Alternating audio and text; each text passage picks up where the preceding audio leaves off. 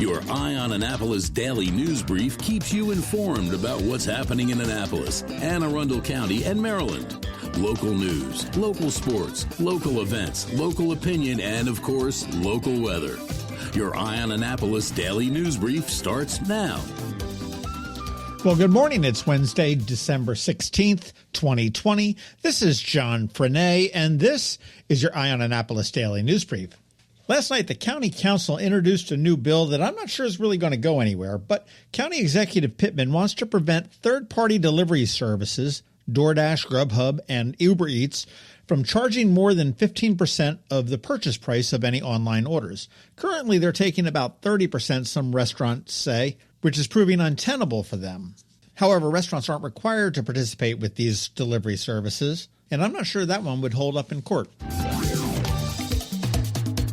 I'm not sure what Anne Arundel County Public Schools are saying. I think they're probably saying snow days are gone. Late yesterday afternoon, they did release some new terms that they're using for school closures and interruptions. One is virtual instruction with buildings open, which means students and staff will follow normal established schedules and all classes and group instructions will be conducted virtually. School meals will be served on a normal schedule and school system staff and students will report for work and virtual instructions at their normal time.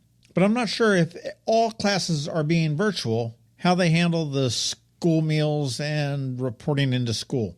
Another status is virtual instruction with school buildings closed, which means students and staff will follow normal established schedules. All classes and group instructions will be conducted virtually. School buildings will be closed for staff, but central and satellite offices will be open. There won't be any meal service for children, no athletics or extracurricular activities. The third status is no instruction with all buildings closed. That's basically a snow day. There will be no instruction, meal service, or school-sponsored athletics or extracurricular activities. And then there is early dismissal, which means that instruction ends at an earlier time. Stay tuned on that one. I think they're going to have to clarify that a little bit more. Some sad news out of the Naval Academy yesterday. The Naval Academy did announce that a midshipman has passed away while on leave. The brigade was given leave starting on Sunday right after the Army-Navy game, and as is protocol, the Academy is not releasing any information or the name of the midshipman until 24 hours after the family has been notified. However, we are hearing that the death was due to some sort of an accident. So our thoughts do go out to the family of this midshipman. It's always sad to see a young person pass away prematurely. I know we've mentioned it before, but the Maryland Higher Education Commission has a lot of money to be giving away to help people get through school. Last year, more than 100 students shared $1.9 million in scholarships if they wanted to go into the teaching field here in Maryland. It's part of the Teaching Fellows for Maryland Scholarship, and if you do the math on that, that's $18,000 per year, so that's nothing to sneeze at. There is a catch. If you receive the award as an undergraduate student, you're going to be required to pay back with 1 year of service in the state of Maryland for every year that you did receive the scholarship. And if you got it in graduate school, you're going to be required to pay back 2 years for every year that you receive the scholarship. Now, Secretary of the Maryland Higher Education Commission, Dr. Jim Fielder, said it offers the scholarship recipient the money necessary to attend college while providing schools the high-quality, well-educated workforce that we as Marylanders are so proud of. If you want to learn more about what Maryland Higher Education Commission does and how they spend that $126 million every year, you want to check out the bonus podcast we did a couple weeks ago with Dr. Fielder. For more information on how to apply for this teaching scholarship, if you're interested in getting teaching, you want to go to mhec.maryland.gov and just use the search box and type in Teaching Fellows for Maryland, and that will bring up the page there. Again, that's mhecmaryland.gov, and MHEC is the abbreviation for Maryland Higher Education Commission. And they did get the final numbers out. This year, MHEC gave $126 million to 57,000 Marylanders, which works out to $2,200 per person. Not a bad deal. Check it out if higher education is in your plans. Good news for people that have health insurance here in Maryland. The Maryland Insurance Commission issued an alert yesterday saying that all health insurers operating in the state must cover the COVID-19 vaccine that has been authorized by the FDA at no cost to consumers. This does go above and beyond the federal requirements, so if you do have insurance and you do get a COVID vaccine when it is available to you, it should not cost you a penny. And finally, just a reminder, if you are working at a restaurant and are getting laid off because of this restaurant closure, go to this website, AnnapolisGives.com. It is a tipping platform. You put your name in, you put your restaurant in, you put your Venmo, Cash App, PayPal, whatever you might have, and people will go and give you tips. It does work. Yesterday, we had more than $1,000 was, quote, tipped to some service employees that are out of work. Again, AnnapolisGives.com.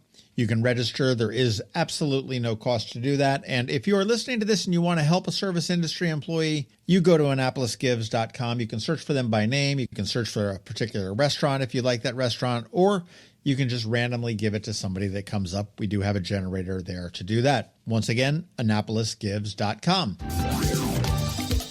All right, that does wrap it up for us today. Please make sure you're checking out eyeonannapolis.net throughout the day for updates to these stories and more. If you are someplace you can leave us a rating or a review, please do that. And make sure your friends and family and colleagues all know how to get a hold of us. Hopefully a little bit later on today, we're going to be dropping another bonus podcast. We're going to be sitting down with County Executive Stuart Pittman and discuss his midterm thoughts. He is halfway through his first term as county executive, and he's had an interesting year in 2020. So we're going to sit down and discuss that with him. If all goes well, I will get it edited this morning and have it released a little bit later on this afternoon. So you want to make sure you check that out.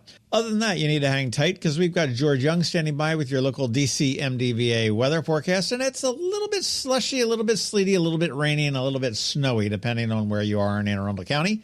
All of that's coming up in just 1 minute. But first, here's Rick Peters from Solar Energy Services. Hello, energy consumers. This is Rick Peters, president of Solar Energy Services, with your Clean Energy Minute. Does your home experience power outages? Or maybe you're concerned about energy resilience in general? If so, that's another great reason to consider clean, quiet solar-powered energy with battery backup. You may have heard residential solar adoption has rapidly increased during the pandemic for multiple reasons, and many homeowners, like yourself, are adding battery backup and electric vehicle charging to their solar projects.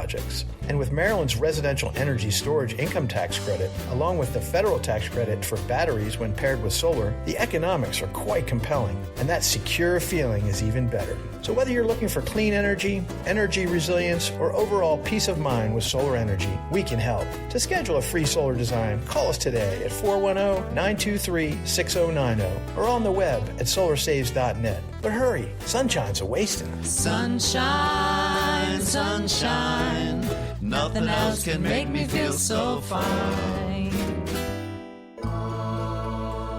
When you live near Annapolis, you know how fickle the weather can be. So you need a truly local forecast that's accurate and reliable. Forecast right here in Annapolis. DCMDVA weather is not just for today, but for the rest of the week and the weekend too. Now here's George Young of DCMDVA weather with the weather outlook for today and beyond.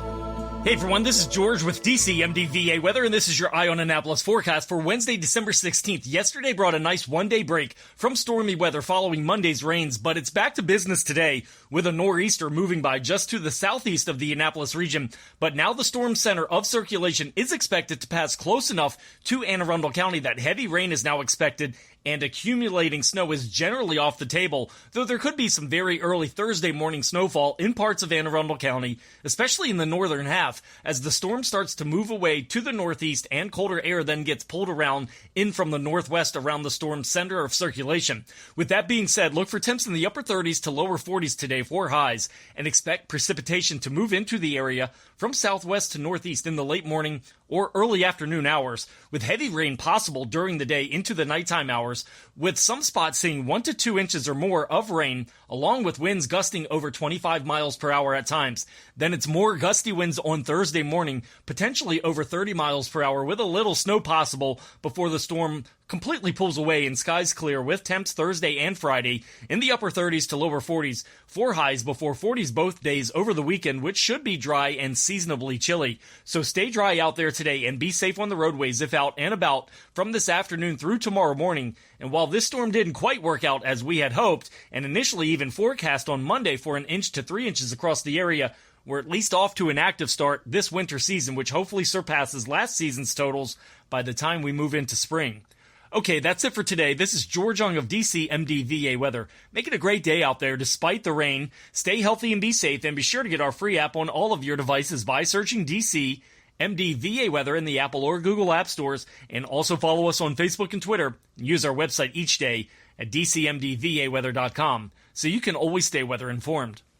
Another moving moment from Kristi Neidhardt of the Kristi Neidhardt Team from Northrop Realty, a Long and Foster company.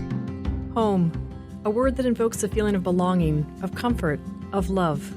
If you know someone who is not able to go home for the holidays, please reach out to them and share some of that feeling, that Christmas spirit, so they can feel loved where they are, so they know they are home. Midshipmen, our military, contract workers, those with loved ones far away or in medical care. This holiday season, remember that a community is made up of people caring for one another. It's an honor to call Annapolis my home. Serving people's my passion. It's what I do best. It's the Neidhardt difference. That's another moving moment from Kristi Neidhardt. To get in touch, call 410-295-6579 or visit kn-team.com. That's kn-team.com. You've been listening to the Eye on Annapolis Daily News Brief. Tell your friends and colleagues, this is the podcast where you can keep up on the latest with what's going on in Annapolis and Anne Arundel County. And don't forget about our website, eyeonannapolis.net, where you can find even more information.